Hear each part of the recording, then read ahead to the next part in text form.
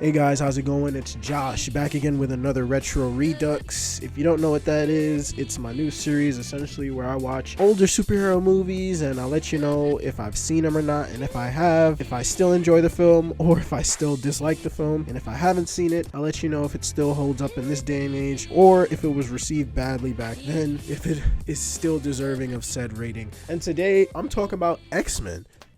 Yes, X-Men. Probably one of the most iconic superhero franchises, and it all started with this film. And to be honest with you, this was a great launching point. Much like Spider-Man 1, a bunch of the great things about this movie comes from just the interactions between characters. That doesn't mean every line in this film is written amazingly. There are moments of camp and sometimes moments where I have to facepalm, even 20 years after this film came out. Do you know what happens to a toad when it's struck by lightning? The same thing that happens to everything else.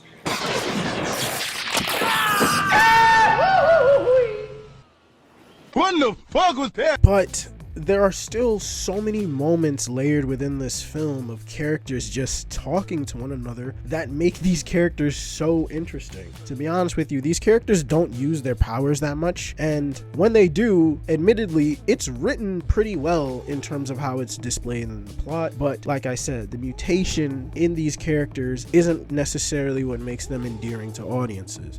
If you ask anyone who's seen this movie, the number one compliment they give it is the relationship and dynamic between Professor X and Magneto. And this isn't one of those situations where one of the characters is taken out of the film for the entire time because people don't know how to write characters as strong as Professor X. Instead, Professor X is given time throughout the film to interact with Magneto in multiple scenes, and all of those scenes are amongst the most powerful, not just in this film, but in superhero films in general. Why do you come here, Charles? Why do you ask questions which you already know the answers? Patrick Stewart and Ian McKellen do such a great job interacting with one another. It truly feels like these two guys are old friends just catching up after having like a bitter falling out that they'll never truly get over, but they still love each other very much. We are the future, Charles, not them. They no longer matter. And then we get to the character of Logan, Wolverine, the main character of this film and of the entire franchise. And if you were a fan of X-Men before this film franchise came out, this absolutely infuriated you. Essentially because Wolverine has never truly been the main character of the X-Men and their stories, at least up until that point, if I'm remembering correctly. He's always had his own stories and maybe even side quests here and there under the X-Men name, but truly making this character the main character and introducing him to the general audience as the main character completely shifted X-Men media thereafter. And I'm not one for, complaining about changes to the source material if it doesn't compromise the character or the story. And some may argue that every change made to the Wolverine character in this film completely compromises his character and story in some way. But in my opinion, I felt like all the changes that they made to this character were appropriate for the time that this movie was released. But also, they made this guy with this dumb haircut aesthetically pleasing and amongst some of the biggest action characters of the 2000s, if not the biggest for superhero films. Yes, this guy is ranked above Tobey Maguire in terms of superhero adaptations and popularity and almost infamy in the 2000s, simply because regardless of how bad the X-Men films got, Hugh Jackman was great. They made this character relatable and a really engaging protagonist that you're not afraid to root for because he is cool, he is badass, but at the same time he has a heart of gold, and that is displayed with his relationship with Rogue. And I feel like the opening scene with Rogue and just the opening scene in this film in general does a really good job of establishing the horrors of being a mutant in this world, because I'm sure a ton of people would think that being a mutant is amazing, but this does a really good job of displaying the counter effects of having such power. In most mainstream media up until this film, Wolverine was portrayed as the short, angry guy who never held back and was just like a ball of fury and rage. Here, he is much more cool, calm, and collected, but still that of an aggressor. However, due to the nuance that is presented with the character, the emotional resonance that you have with this character and his relationship with the Rogue character, I think is incredibly endearing in this film. This isn't a philosophical or political battle for them. Their powers, their existence as mutants gives them the inability to truly ever ingratiate themselves in normal society. So you could imagine these two characters being as lonely as they are. It only makes sense that they're drawn to one another. I also think the scene in which Logan accidentally almost kills her is actually really well done. It's a scene that is presented almost as if it's a nightmare fake out, but when you're presented with the reality of the situation, I think Hugh Jackman does an amazing job just how hopeless Logan is. A character who inadvertently mortally wounded someone that he cares about. He almost shrivels up into nothing and he's stood in shock. Luckily, obviously, due to Rogue's ability, she's able to heal.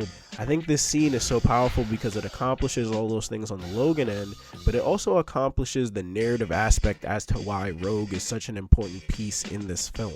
Another thing that is super underrated about this film is the inclusion of the Mystique character is just so amazing. Like, yes, she's hot and she's dangerous and she's so mutant. She's so different despite the fact that she can impersonate people so expertly and obviously based off of her genetic. Everything surrounding her character is also done really well. I love how the character is written as so anti-human, even with her movements and how she acts during her fight with Wolverine. And I really think the special effects for the character as well as the makeup is done so well that she feels like she belongs in this world. It never really feels like this is someone that's imposed on the screen or is just not amongst the cast at any point. I also have to say the special effects in this movie really aren't that bad, especially considering that this movie came out before Spider-Man 1. There are plenty of scenes that look terrible, especially when you're watching it in 2023 on a 4K streaming service, but surprisingly a lot of it hold up except for maybe like the overlay effects of like the Magneto machine at the end of the movie is a little bit wonky. But stuff like Magneto building a bridge, or there's just something so visually pleasing about this film on the color palette, certain set designs, and even certain shot compositions I just really enjoy. Now, after saying all those great things about this movie, I wish I could just wrap this review up nice with a bow and end it right here. Unfortunately, I have to talk about the things that I dislike. I have to say the way the supporting characters are portrayed in this film is heartbreaking. If you're a fan of Jean or Storm or the goddamn leader of the X-Men, Cyclops, I understand why you hate this movie. Cyclops is actually my second favorite mutant. He's my second favorite X-Men, and the way he's presented in this film, and if I remember correctly, the rest of this franchise, even the reboot, was pretty terrible. They turn him into like the love interest antagonist for Logan in this movie because it's clear that Logan and Jean are the end game as soon as they have their first scene with one another, that they make him a cup. He really has no individual character outside of his relationship with Jean, and don't even get me started on Jean. Jean is just kind of there as eye candy for Logan. She really doesn't do much. She really isn't given much. And when it's time for her to do stuff, it almost feels jarring considering how little development she was given. And then we get to Storm, who has an amazing scene with Senator Kelly where they discuss discrimination and how an honest conversation between either side can potentially be, and which is even more tragic considering Senator Kelly is meeting his demise and the only person there to comfort them is a mutant. I think is an expertly crafted scene. Unfortunately, it's wasted on the Storm character, who up until this point has nothing to do in this story. She is given nothing. The Brotherhood of Mutants have always been such an interesting group of characters in the cartoons and comics and the stories that I read that it really felt like not only they cheaped out on this, but there was no real imagination. Of course, they have the Toad character just doing Toad things and honestly having no real personality outside of just being a massive dickhead. And then, like I said, we have a Sabretooth who's pretty much lobotomized the entire time. He has no real relationship with the Logan character because they're both presented in their amnesiac state. And I think the biggest complaint from this franchise is that, yes, the costume design in this film is pretty bad. I actually think the Brotherhood of Mutants have pretty decent costume design. I even think Magneto's helmet looks really cool and his cloak and stuff like that. that. And then Mystique's makeup and stuff I've already mentioned. But man, the X-Men suck. I mean, there's references to a more colorful costume with like the logos on the neckline having some color and the X having some color. But I mean, I don't really want like a bright colored costume, especially for how the tone of this film is presented. Now, obviously, with the new set photos of Deadpool 3, I'm sure tonally the character designs will fit. In this film, it works. But even the way it's designed, I will say exclusively in this film, because I haven't seen the others in years, these feel extra stiff. The actors look extra immobile. They really didn't do a good job when it comes to the costume design for the X-Men, you know. But I mean, outside of that, outside of, you know, some campy lines here and there. Scream for me. What do they call you? Wheels? What's supposed to bring someone back with you?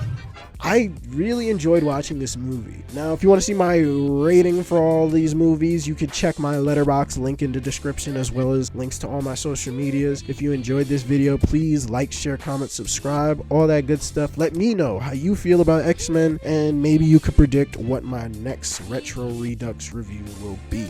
Until next time, I will see y'all in the next video. Bye-bye.